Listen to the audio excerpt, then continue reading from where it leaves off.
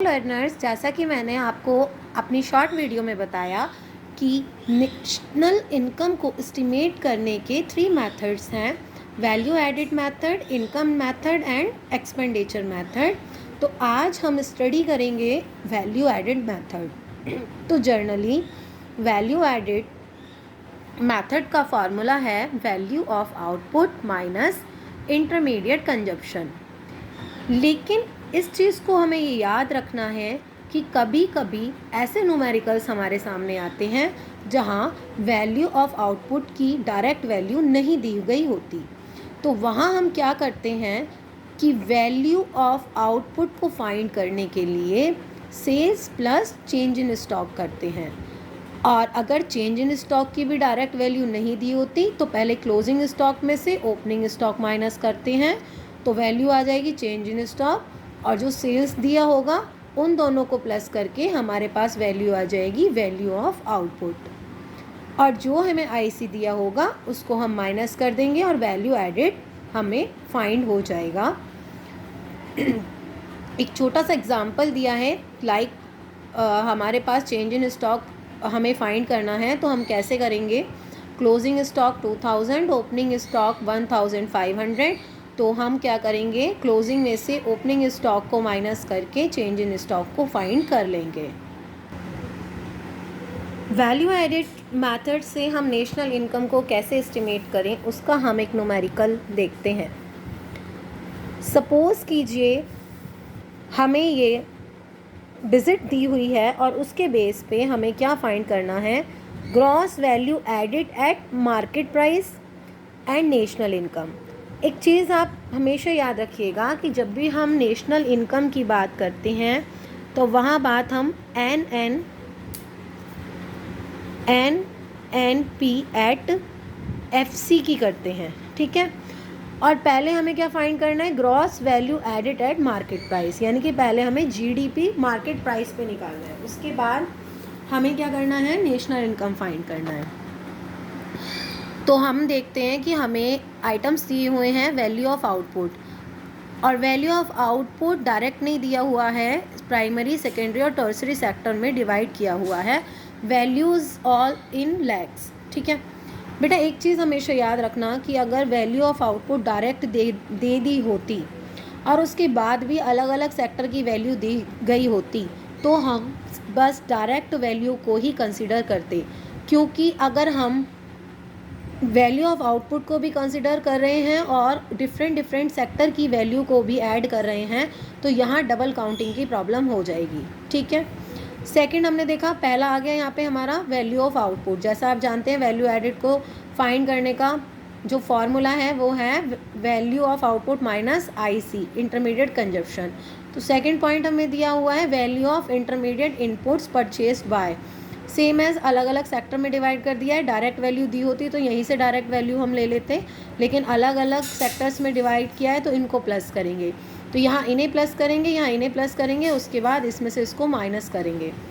अगला हमें स्टेप दिया है indirect taxes paid by all sectors. Next है consumption of fix capital of all.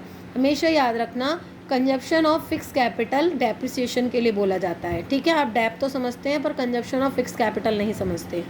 Factor incomes received by the resident from rest of the world, factor income paid to non resident. एक चीज़ हमेशा याद रखना बच्चों कि जब भी हम डोमेस्टिक इनकम से नेशनल इनकम का कन्वर्जन करते हैं तो वहाँ पे जो मेन रोल प्ले करता है वो रोल प्ले करता है NFI, net factor income from abroad. तो वो कैसे, इसकी एक शॉर्ट ट्रिक मैं आपको बताती हूँ। फ्रॉम में से जब हम 2 को माइनस कर देंगे, मतलब फॉर्मूला तो पूरा तुम्हें एजिली मतलब याद ही हो जाता है, पर एक हमेशा ट्रिक याद रखना, फ्रॉम में से जब हम 2 को माइनस कर देते हैं तो इजीली NFI हमें मिल जाता है। Factor income paid to non resident, तो वही ट्रिक हो गई फ्रॉम -2, ठीक है। Subsidies received by all sectors. तो अब हम सबसे पहले ये सारा डिटेल हो गया हमारे पास, बहुत अच्छे से आप इसको देख सकते हैं, ठीक है।